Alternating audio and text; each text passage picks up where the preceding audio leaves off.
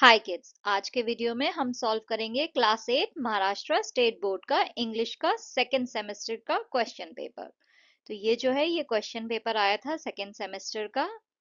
ये पूरा question paper जो है मैंने इस वीडियो में डाला है, आप उसे चेक कर सकते हो। फिर उसके बाद जो है हम क्वेश्चन बाय क्वेश्चन इसे सॉल्व करेंगे, देखेंगे क्या आंसर्स हैं। यह है क्वेश्चन पेपर का थर्ड पेज और fourth page, and this is the last page of your question paper. चलिए अब हम क्वेश्चन पेपर सॉल्व करते हैं। तो हमारा पहला क्वेश्चन है लैंग्वेज स्टडी में फाइंड ऑड मैन आउट। तो ये जो वर्ड्स दिए हुए हैं इसमें जो भी ऑड वन है, जो बाकियों से मैच नहीं कर रहा है, आपको उसे बताना है। तो ये जो पहला वाला है इसमें है ब्लड लेटिंग, कार्डियक, सेडेटिव और गार्डनिंग। तो ब्लड लेटिंग, कार्डियक और सेडेटिव ये तीनों तो मेडिकल कॉन्सेप्ट्स हैं, राइट। हमारी सर्जरी और मेडिकल हेल्थ से जुड़ी हुई चीजें हैं। बट गार्डनिंग क्या है? ये जो है हॉर्टिकल्चर है, एग्रीकल्चर है। तो गार्डनिंग जो है वो ऑड वन आउट है यहाँ पे। नेक्स्ट है attractive, pretty, alluring, displeasing. Now attractive, pretty और एल्योरिंग ये तीनों जो है ये किसी खूबसूरत चीज को जब आप डिस्क्राइब करो, कोई अट्रैक्टिव चीज को, तो ये तीनों वर्ड्स आप यूज करते हो कि वो अट्रैक्टिव है, वो प्रिटी है, वो एल्योरिंग है, यानी बहुत खूबसूरत है। बट डिसप्लीजिंग क्या हो गया? जब कोई चीज जो है वो अट्रैक्टिव नहीं है, उससे आप बता रहे हो, तो वो डिसप्लीजिंग होती है, जो पसंद ना आए। तो यहाँ पे ऑड वन क्या हुआ? डिसप्लीजिंग। तो फर्स्ट में है गार्डनिंग, सेकंड में है डिसप्लीजिंग, ऑड वन आउट।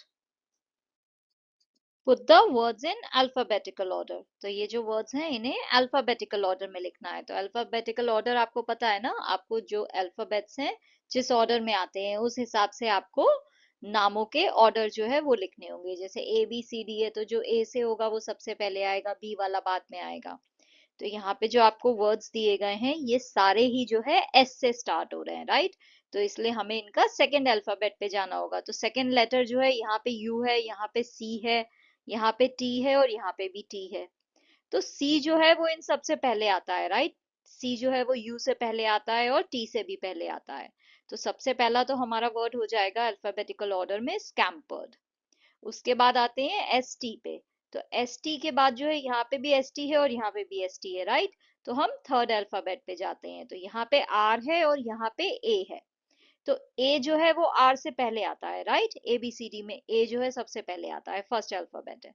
तो स्टारडस्ट जो है वो नंबर 2 पे आ जाएगा। सो स्कैम्पर्ड, स्टारडस्ट। उसके बाद हो गया स्ट्रेंथ, और एंड में हो गया सरमाइज, क्योंकि ये जो यू है एस यू, तो ये यू जो है ये सबसे एंड में आ रहा है, राइट। सी के बाद आ रहा है, टी के बाद आ रहा है, टी के बाद आ रहा है, तो ये लास्ट हो जाएगा। तो सही ऑर्डर है scampered, stardust, strength, surmise. Number 3, punctuate the following.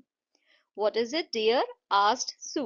तो ये जो स्टेटमेंट है इसे आपको पंक्चुएट करना है। तो कैसे होगा? Inverted comma begin, what is it, comma, dear, question mark, inverted comma, closed, asked सू।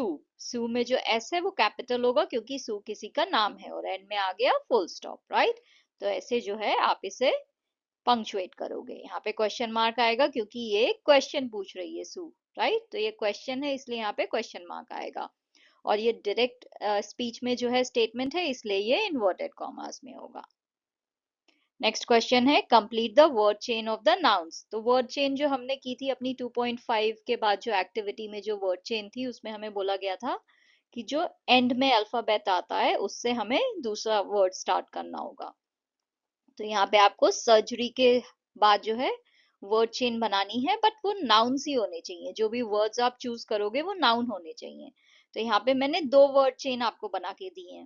पहली वाली है सर्जरी, वाई जो है फिर ईयर हो गया, ईयर जो है वो आर में एंड हो रहा है तो रैबिट हो गया, रैबिट टी में हुआ तो टी से टेनिस हो गया, एस से शेल हो गया। तो ये सब जो है नाउन है।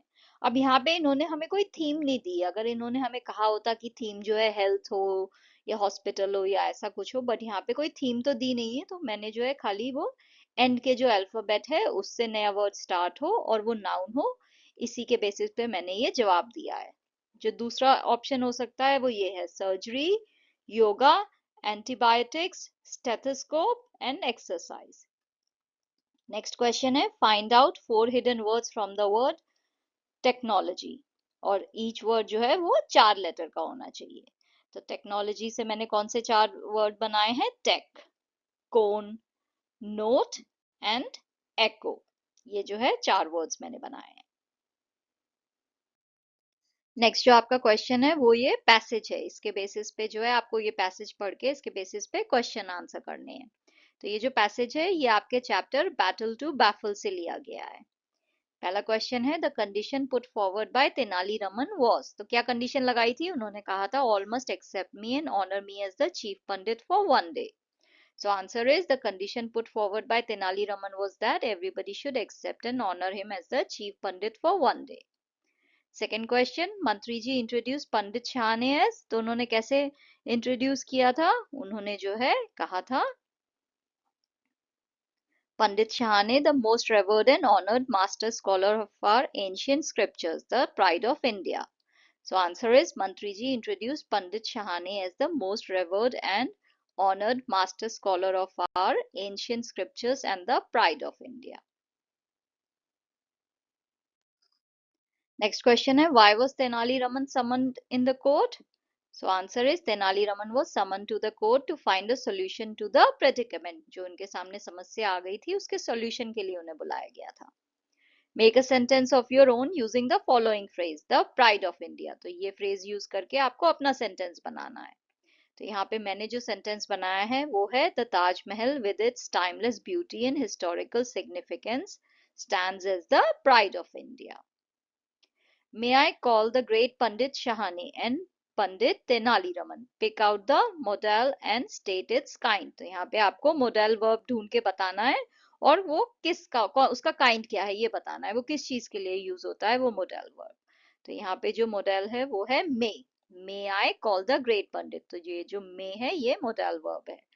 इसको हम कब यूज करते हैं? इसको हम परमिशन के लिए यूज करते हैं, जब हमें किसी से कोई परमिशन चाहिए होती है, राइट।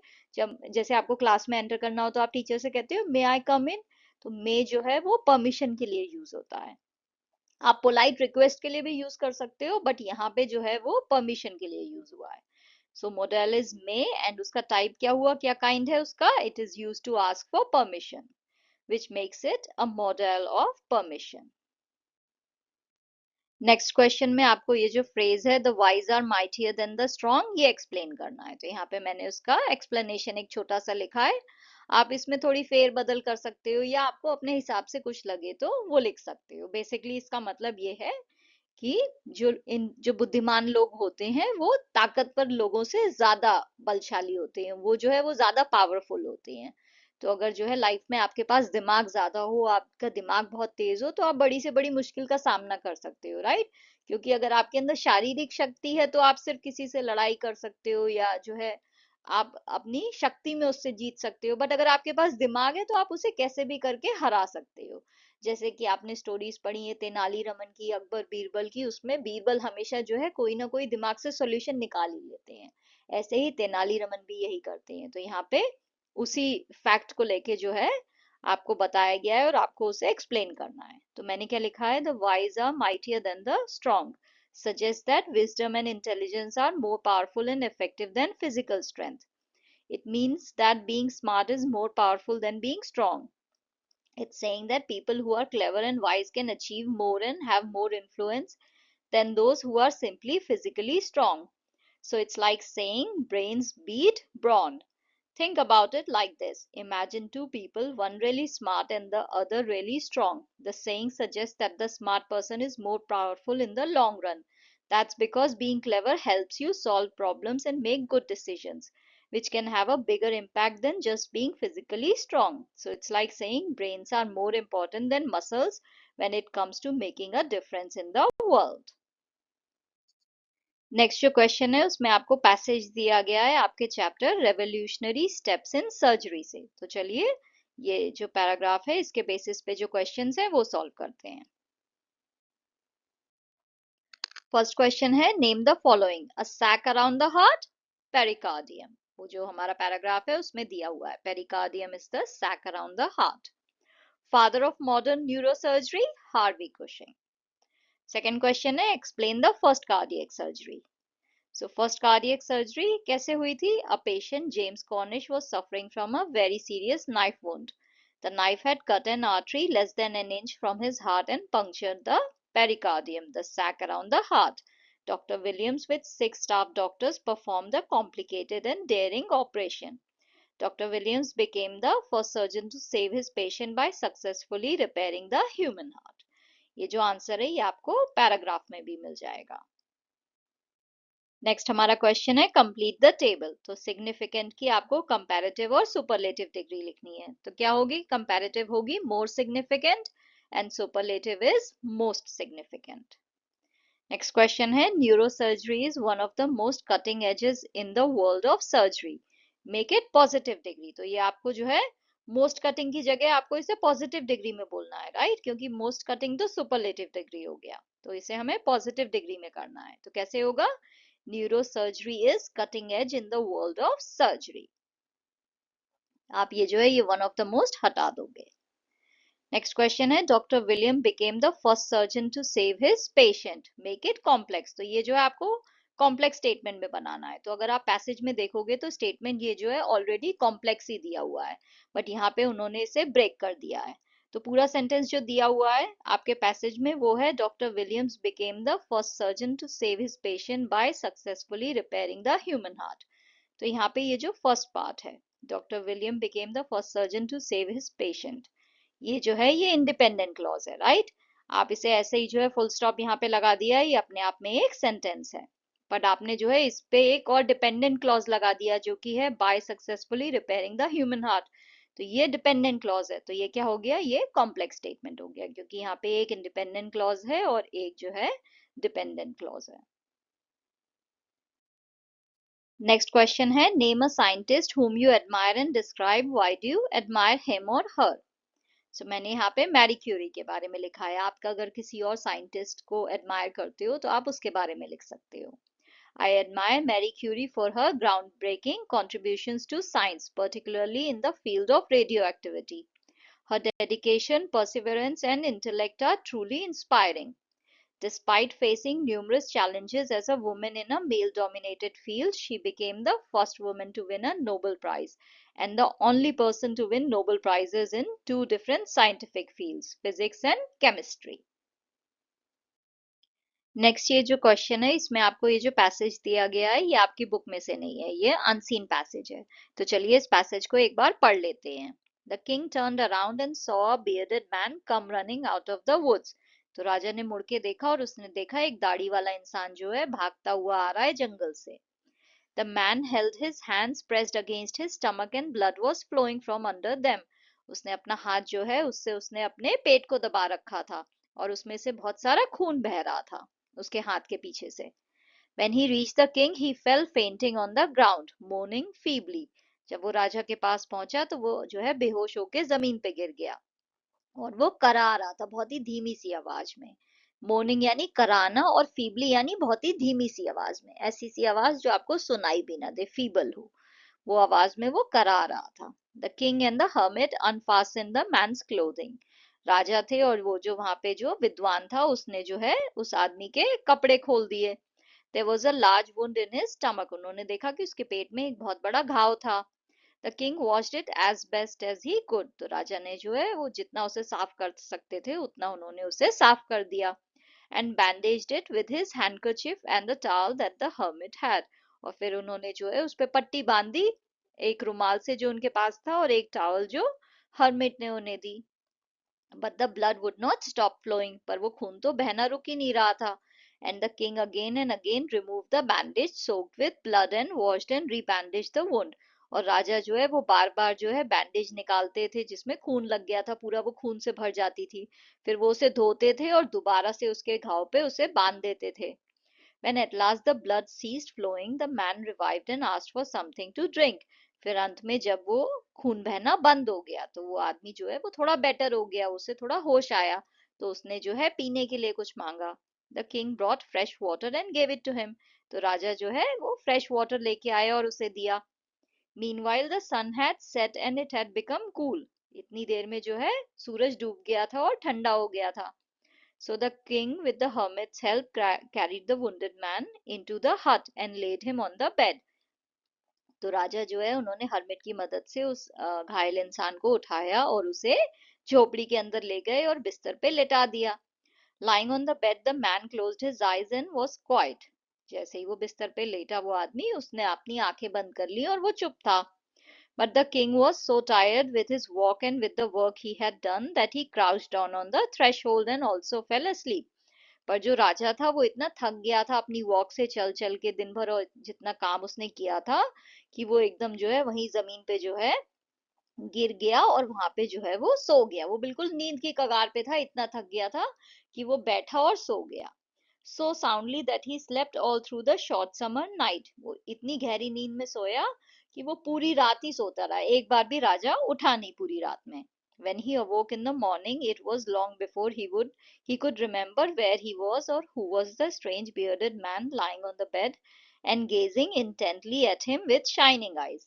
जब वो सुबह सुबह उठे तो उन्हें बहुत टाइम लगा ये याद करने में कि वो हैं कहाँ पे, और ये दाढ़ी वाला इंसान कौन है जो बिस्तर पे लेटा हुआ उन्हें इतनी गौर से जो है देख रहा है, इतना घूर रहा है. Forgive me, said the bearded man in a weak voice. मुझे माफ कर दो, दाढ़ी वाले इंसान ने कहा हल्की सी आवाज में. When he saw that the king was awake and was looking at him, जब उसने देखा कि राजा उठ गया था और उसकी तरफ देख रहा था. I do not know you and have nothing to forgive you for, said the king. तो राजा ने कहा कि मैं तो तुम्हें जानता ही नहीं हूँ, और मेरे पास, मैं तुम्हें किस चीज के लिए माफ करूं, मेरे पास तो कुछ है ही नहीं जिसके लिए मैं तुम्हें माफ करूं, तुमने किया ही क्या है. You do not know me but I know you. आप मुझे नहीं जानते हो पर मैं आपको जानता हूँ. I am that enemy of yours who swore to revenge himself on you.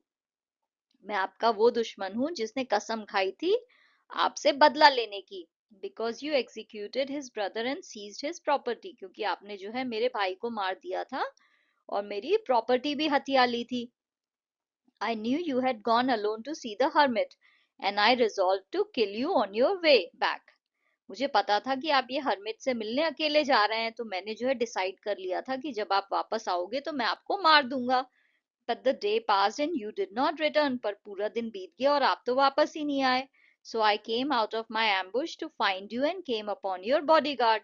तो मैं जो हूँ, मैं जहाँ पे छुपा हुआ था वहां से मैं बाहर आ गया, और मैं जो हूँ एकदम से आपके बॉडीगार्ड के पास आ गया. मुझे नहीं पता था कि आपका बॉडीगार्ड वहां खड़ा है, मैं एकदम से उसके सामने आ गया. दे रिकग्नाइज्ड मी एंड वुंडेड मी. तो आपके बॉडीगार्ड को समझ गया मैं कौन हूँ, कि मैं आपका दुश्मन हूँ, तो इसलिए उन्होंने मुझे घायल कर दिया. आई escaped from them but would have bled to death. But had you not dressed my wounds. मैं जो हूँ वहां से भाग के आ गया, और मैं तो ऐसे खून बहता रहता और मैं मर जाता अगर आपने मेरे घाव पे पट्टी नहीं की होती. I wish to kill you and you have saved my life. मैं तो आपको मारना चाहता था और आपने मेरी जिंदगी बचा ली है. Now if I live and if you wish it, I will serve you as your most faithful slave and will bid my sons to do the same. अब अगर मैं जिंदा रहा और अगर आप चाहते हो तो मैं सारी जिंदगी आपकी सेवा करूंगा, आपका बहुत ही वफादार स्लेव बन के रहूंगा, और अपने बेटों को भी बोलूंगा कि वो आपकी सेवा करें. Forgive me, मुझे माफ कर दीजिए. The king was very glad to have made peace with his enemy so easily. तो राजा तो बहुत खुश हो गया कि उसने अपने इतने बड़े दुश्मन से जो है इतने अच्छे से दोस्ती कर ली. And to have gained him for a friend. और वो तो अब उनका दोस्त बन गया था. He not only forgave him but he said he would send his servants and his own physician to attend to him and promised to restore his property. तो राजा ने उसे सिर्फ माफ ही नहीं किया बल्कि उन्होंने जो है अपने सेवक जो है वो भी उसके साथ भेजने को बोला, और ये भी कहा कि वो अपने खुद के डॉक्टर को भेजेंगे जिससे उसका इलाज हो सके, और उसकी जो प्रॉपर्टी जो राजा ने ले ली थी, जो राजा के पास थी, वो भी वापस करने के लिए राजा ने बोल दिया. तो ये जो है आपका पैसेज है, इसके बेसिस पे जो क्वेश्चंस हैं आपको वो आंसर करने हैं. तो चलिए देखते हैं क्वेश्चंस क्या हैं. So first question is read the sentences carefully and put in order of events that occurred. तो आपको जो है ये सही ऑर्डर में लिखने हैं. तो फर्स्ट था man fainted and fell on the ground. Then he washed the wound as best as he could. Third क्या हुआ था? The man reviewed and asked for something to drink. And then the king brought some fresh water for the man. तो ये सही order है. Next question, complete the following. The king with the hermit's help carried the wounded man into the hut and laid him on the bed. The man came out of his ambush to find the king but came upon his bodyguard. Next question है give the noun forms of. तो आपको इन words की noun form लिखनी है. तो executed की है एग्जीक्यूशन, और फॉरगिव की है फॉरगिवनेस। नेक्स्ट क्वेश्चन है you do not know me, add a question tag. तो आपको ये क्वेश्चन में बदलना है, तो कैसे लिखोगे आप? You do not know me, comma do you, question mark. तो ये जो है आप इसे ऐसे करोगे। नेक्स्ट क्वेश्चन है forgive and forget, do you believe in this, explain with an example. किसी को माफ कर दो और भूल जाओ, कि आप इस चीज में यकीन करते हो, एग्जाम्पल के साथ बताना है। तो क्या लिखा है मैंने? Yes I think forgiving and forgetting can be a good thing sometimes, like let's say your friend accidentally breaks something important to you. You might feel really mad at first, but if they say sorry and you forgive them, it's like letting go of that anger and moving on.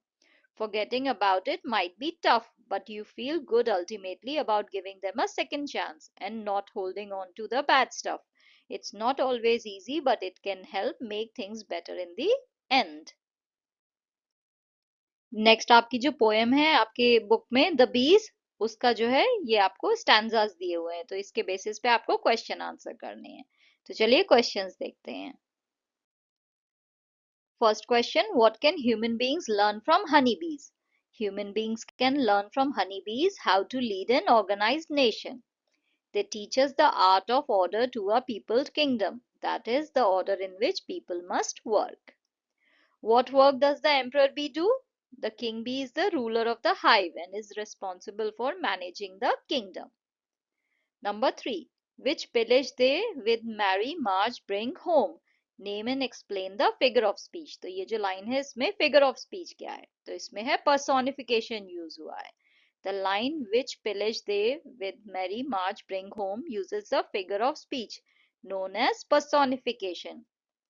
Personification क्या होता है? जहां पे आप किसी non human चीज को जो है ह्यूमन लाइक क्वालिटीज दे दो, कि आप कह दो वो हंस रहा है, वो जो पेड़ है वो रो रहा है, तो ऐसी आप जो है ह्यूमन वाली क्वालिटीज किसी नॉन ह्यूमन थिंग को दे दो, तो उसे पर्सोनिफिकेशन कहते हैं। तो यहाँ पे जो है act of pillaging is described with the human like attribute of being done in a merry march as if the act itself is joyful and celebratory. तो यहाँ पे जो उन्होंने बोला है कि वो जो बीज होती हैं, जो वर्कर वाली जो बीज होती हैं, वो लूट करके जो लाती हैं, जो हनी की जो लूट वो मचाती हैं और पूरी लूट वो जो लेके आती हैं मेरी मार्च के साथ, यानी खुशी खुशी होके मार्च करते हुए वो वापस आती हैं। तो ये जो उन्होंने खूबी दी है कि लूट रही हैं वो और उसके बाद खुशी खुशी मार्च करके आ रही हैं, ये ह्यूमन क्वालिटीज है, राइट, जो कि उन्होंने बीज को दे दी है पोएट ने। तो इसलिए यहाँ पे पर्सोनिफिकेशन यूज हुआ है। नेक्स्ट है nature is our best teacher, explain.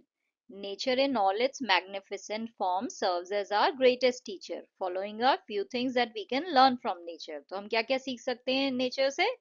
पहला है observing seasons. Imagine watching the trees change colours in fall और seeing flowers bloom in spring.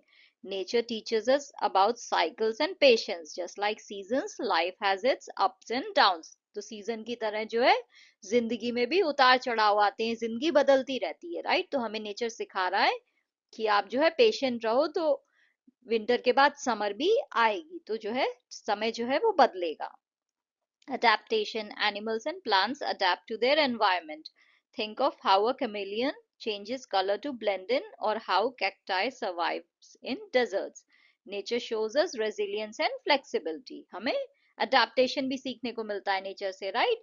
क्योंकि आप देखो कैक्टस जो है डेजर्ट में बड़ा हो जाता है, उसे ज्यादा पानी नहीं चाहिए, तो हमें भी ऐसे अडेप्ट हो जाना चाहिए। हम कैसी भी सिचुएशन में हो, हमें जो है उससे बाहर निकलने के लिए अपने आप को अडेप्ट कर लेना चाहिए।